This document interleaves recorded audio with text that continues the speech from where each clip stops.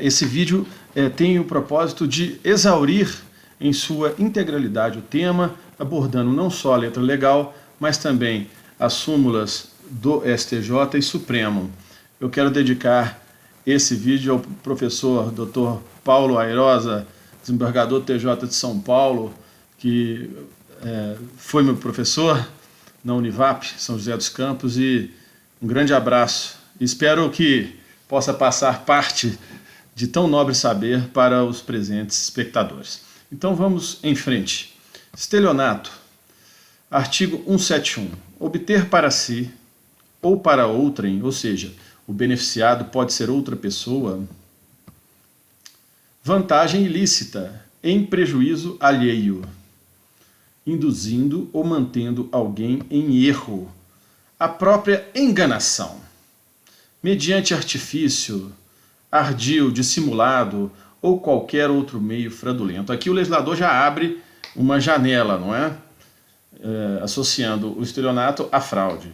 Então está presente o dolo, ou seja, aquele autor ele está intencionado em gerar o dano de uma forma dissimulada, de uma forma tergiversada, não é? Então ele tem a intenção. A pena é de 1 a 5 anos e multa. O legislador deu uma, vamos dizer, uma abrandada na sanção, na reprimenda, caso o criminoso seja primário e seja de pequeno valor o prejuízo. O juiz, quer dizer, pode aplicar, faculdade do juiz, a substituição da pena privativa de liberdade por detenção, e também diminuir de 1 a 2/3 a pena. 1, 2/3. Ou aplicar somente multa.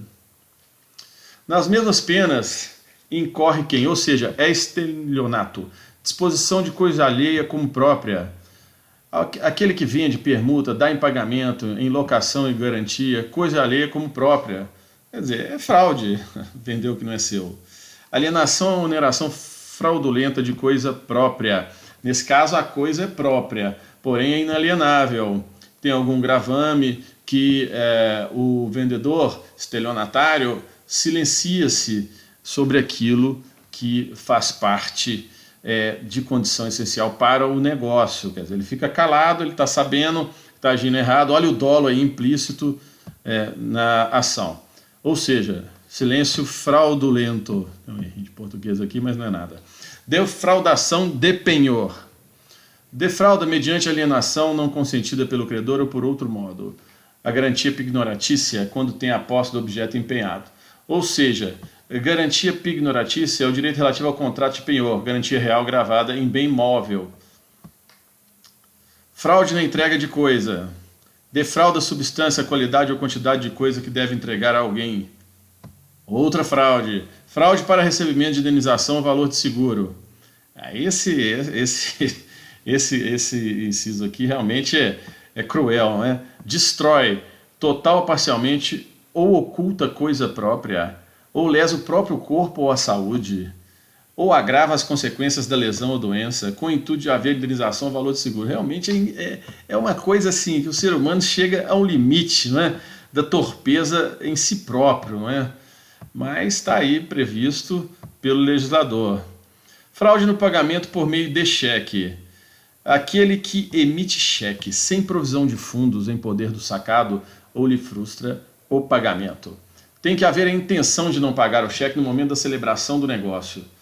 Presente a má fé. Ou seja, tem aquele cidadão que emite o cheque, mas por algum outro motivo o cheque não é compensado. Mas ele não tinha intenção no momento da celebração do negócio de não adimplir com sua obrigação. Então, nesse caso, não é estelionato. Mas no caso que existe a pré-intenção, sim. Aí, no parágrafo 3º, a pena aumenta-se de 1/3 se o crime é cometido em detrimento de entidade de direito público. Então está aí a explanada dos ministérios com o Congresso Nacional. Então há o aumento de 1/3. Também se configura ação incondicionada à representação, ou seja, o Ministério Público pode tocar autonomamente. Ou de Instituto de Economia Popular, Assistência Social e Beneficência, também aumenta 1/3. Só lembrar que instituição beneficência, eventualmente tem 1/3 para poder rezar, aí dá essa ligada, né? E aqui 2 pessoas dando as mãos, né? Estão aí num viés de assistência social, com aumento de 1/3 no caso de ser a vítima da fraude. Quando o estelionato é praticado contra o idoso, aplica-se a pena em dobro. Eu até coloquei 2 vezes aqui porque é o dobro. Então aqui está o Mr. Magoo, que fez parte da minha infância, é um desenho sensacional. Então está dobrando, tem 2 Mr. Magoo. Também nesse caso, quando é praticado contra o idoso, a ação é pública incondicionada à representação, ocorre sozinha. Ou seja, independe de que a parte vá se queixar ao judiciário. Outro detalhe interessante é que o estelionato é um crime material, tá aí uma tinta que é um material, ou seja, depende da consumação, não é? Se dá quando ocorre justamente a produção do resultado, ou seja, o crime se consuma no momento em que o agente consegue obter a vantagem ilícita, em prejuízo da vítima. Então tem que ocorrer a obtenção da vantagem ilícita. Então não se trata de um crime formal, e sim de um crime material. Somente se procede mediante representação, que é a regra, salvo. Então, se é salvo, vão ser elencados a seguir os casos de ação pública incondicionada. Quando o estelionato é praticado contra a administração pública direta ou indireta, ação incondicionada. Contra criança ou adolescente, ação pública incondicionada. Contra pessoa com deficiência mental, ação pública incondicionada. E maior de 70 anos de idade ou incapaz. Então, eu coloquei aqui, até que a bengala é o número 7, o Mr. Magoo aqui está com a bengala, porque é muito controverso, né? Muitas vezes o examinador lá, no caso de um concurso, põe lá 60 anos, então a bengala lembra o número 7, para não esquecer.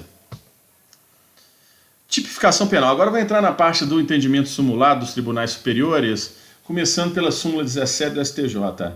Quando o falso se exaure no estelionato, sem mais potencialidade lesiva, é por esse absorvido. Então acaba por aí.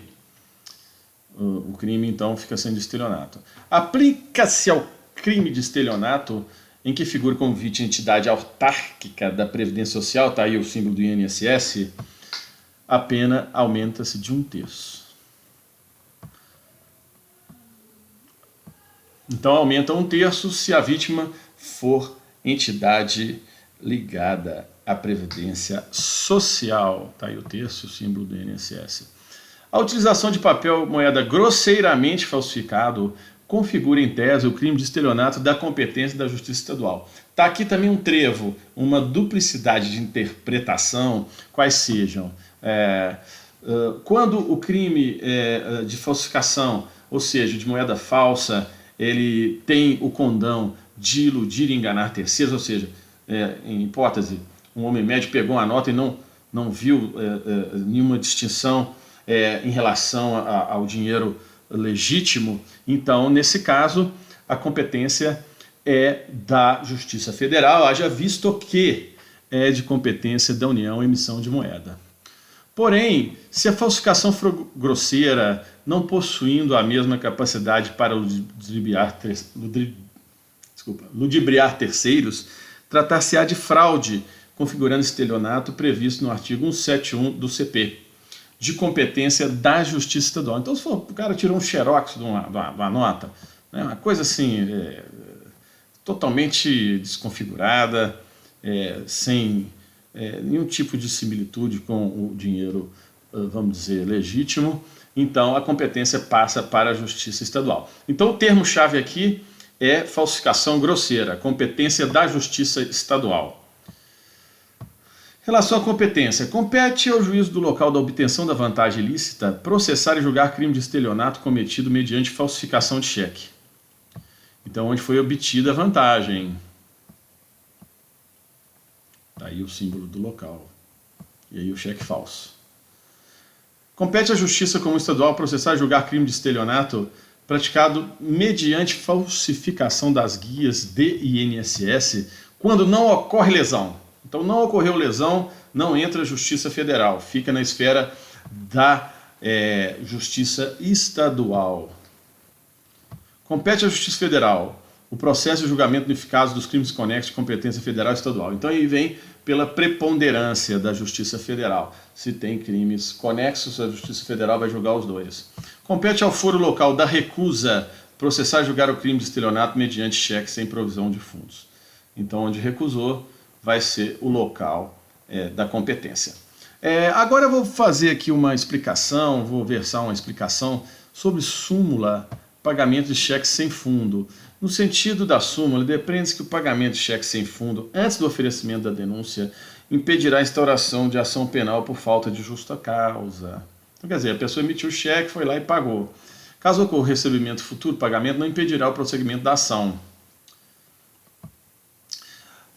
Resumindo, tanto o STF e o STJ entenderam pacificadamente que quando existe o crime, a intenção, o dolo de se dar o cheque sem fundo, em nada exclui o crime o seu pagamento do valor correspondente. O STF vem falar muito proximamente do STJ, não é?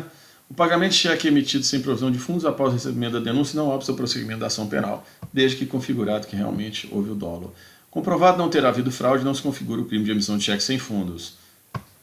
Nessa mesma linha. Súmula 521. O foro competente para o processo de julgamento dos crimes do estelionato, sob a modalidade de emissão dolosa de cheque sem provisão de fundos, é do local onde se deu recusa do pagamento.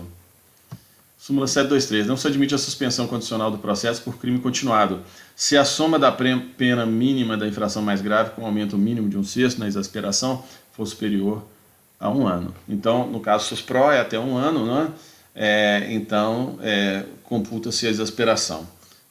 Então, no momento é isso, e novamente desejo a todos ótimos estudos.